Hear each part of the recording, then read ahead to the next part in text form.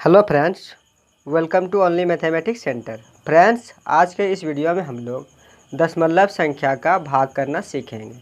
यानी दशमलव संख्या में भाग कैसे दिया जाता है उसी के बारे में जानेंगे।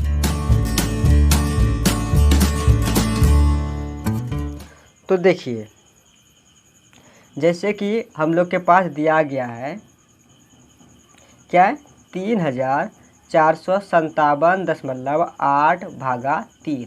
ये 3457.8 में 3 से भाग देना है। ठीक है, तो देखिए ये हमारा जो है ना, ये दशमलव संख्या है। ठीक है, और ये सिंपल संख्या है।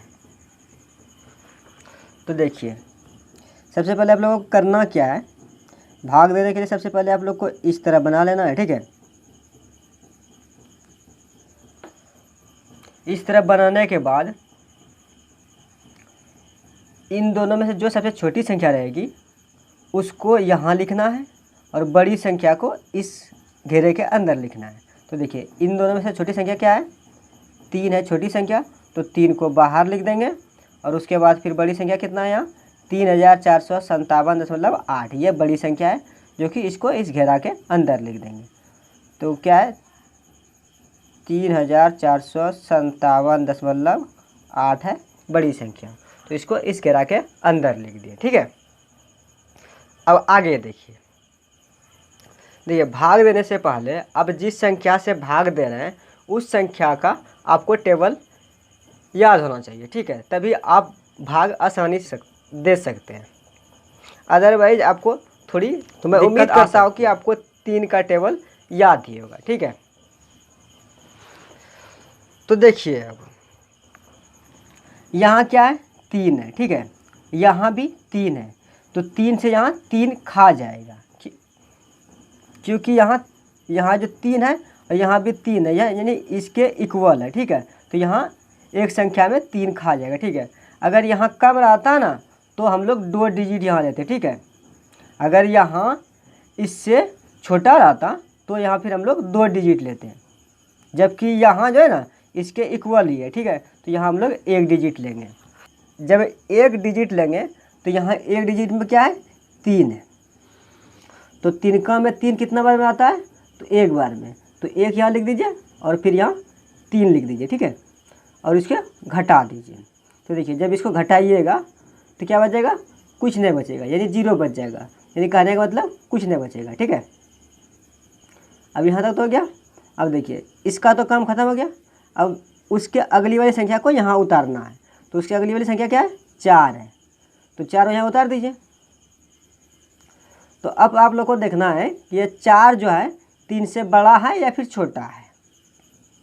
तो देखिए 4 3 से बड़ा है। ठीक है, तो यहाँ देखिए 4 3 से बड़ा है, तो देखिए 3 से फिर 4 कितना बार में खा जाएगा, तो देखिए कितना बार में खा जाएगा, 1 बार में खा जाएगा। क्योंकि जब 3 दूना 6 लेते हैं तो 6 4 से बड़ा हो जाता है, तो 6 तो खाएगा नहीं, तो इसमें 3 खाएगा। ठीक है, तो 3 का में 3 कितना बार में आता है, 1 बार में, तो यहाँ 1 लिख दीजिए और यहाँ 3 लिख दीजिए। ठीक है, और इसको यहाँ घटा दीजिए। तो देखिए, जब 4 में 3 घटाइएगा तो कितना बच जाएगा, 1 बच जाएगा। देखिए 1 बच गया यहाँ। अब उसके बाद देखिए इसका तो काम खत्म हो गया और इसका भी काम खत्म हो गया। अब उसके बाद फिर क्या बचा है 5, जो कि 5 यहाँ उतर जाएगा। ठीक है, तो देखिए जब यहाँ 5 उतरा तो कितना बन गया 15। ठीक है, तो अब आप लोग को देखना है क्या 3 के पहाड़े में 15 है। जी हाँ, 3 के टेबल में 15 है। तो देखिए कितना बार में है, 3 का 3, 3 दूना 6, 3 तिया 9, 3 चौक 12, 3 पचे 15, यानी 3 के टेबल में 15 5 बार में आता है। ठीक है, तो यहाँ 5 लिख दीजिए। ठीक है, और यहाँ 15 उतार दीजिए और इसको घटा दीजिए।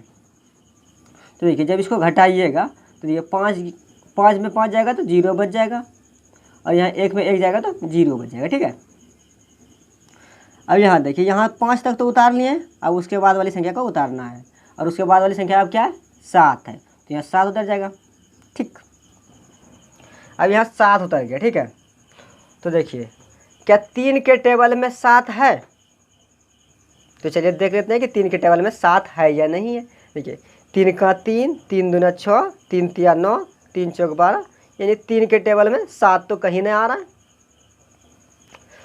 तो देखिए 3 के टेबल में 7 नहीं है। तो अब आप लोग को क्या करना है, जब 7 नहीं है तो उसके अप्रॉक्स वाली संख्या को देखना है, यानी लगभग वाली संख्या को देखना है, ठीक है। और लगभग वाली संख्या में से आप लोगों को कुछ इस तरह देखना है कि उस संख्या से बड़ा ना हो, ये कि कहने का मतलब 7 से बड़ा ना हो। तो देखिए 7 से लगभग वाली संख्या कौन कौन सी आती है 3 के टेबल में, 3 का 3, 3 दूना 6 और 3 तिया 9, यानी अप्रॉक्स वाली संख्या आ रही है 6 और 9, ठीक है। ये दो संख्या 7 के आसपास है, ठीक है।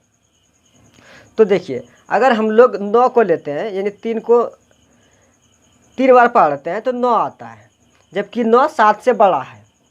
तो 9 तो खाएगा नहीं, तो फिर क्या खा जाएगा, 6 खा जाएगा, क्योंकि 6 7 से छोटा है, ठीक है। तो 6 3 के टेबल में कितना बार में आता है, तो 2 बार में आता है। तो यहाँ 2 लिख दीजिए, ठीक है, और यहाँ 6 उतार दीजिए। अब इसको फिर घटा दीजिए। देखिए जब 7 में 6 घटाइएगा कितना बचेगा, 1, ठीक। अब यहाँ देखिए उसके बाद फिर क्या है, दशमलव है, ठीक है। तो दशमलव आप लोग को यहाँ नहीं उतारना है, ठीक है। ये दशमलव आपका यहाँ आ जाएगा और दशमलव की बाद वाली संख्या यहाँ उतर जाएगी। तो दशमलव की बाद वाली संख्या क्या है, 8 है, तो 8 यहाँ उतर जाएगा, ठीक है। अब 1 और 8 मिलके कितना बन गया, 18। देखिए ये 1 और 8 मिलके 18 बन गया। अब हम लोग को ये देखना है कि 3 के टेबल में 18 है या नहीं है। तो चलिए देख लेते हैं कि 3 के टेबल में 18 है या नहीं है। तो पहला क्या जाएगा, 3 एकम 3, 3 दूना 6, 3 तिया 9, 3 चौक 12, 3 पचे 15, 3 छक 18, यानी 3 के टेबल में 18 है। तो 18 3 के टेबल में कितने बार में आ रहा है, तो 6 बार में आ रहा है।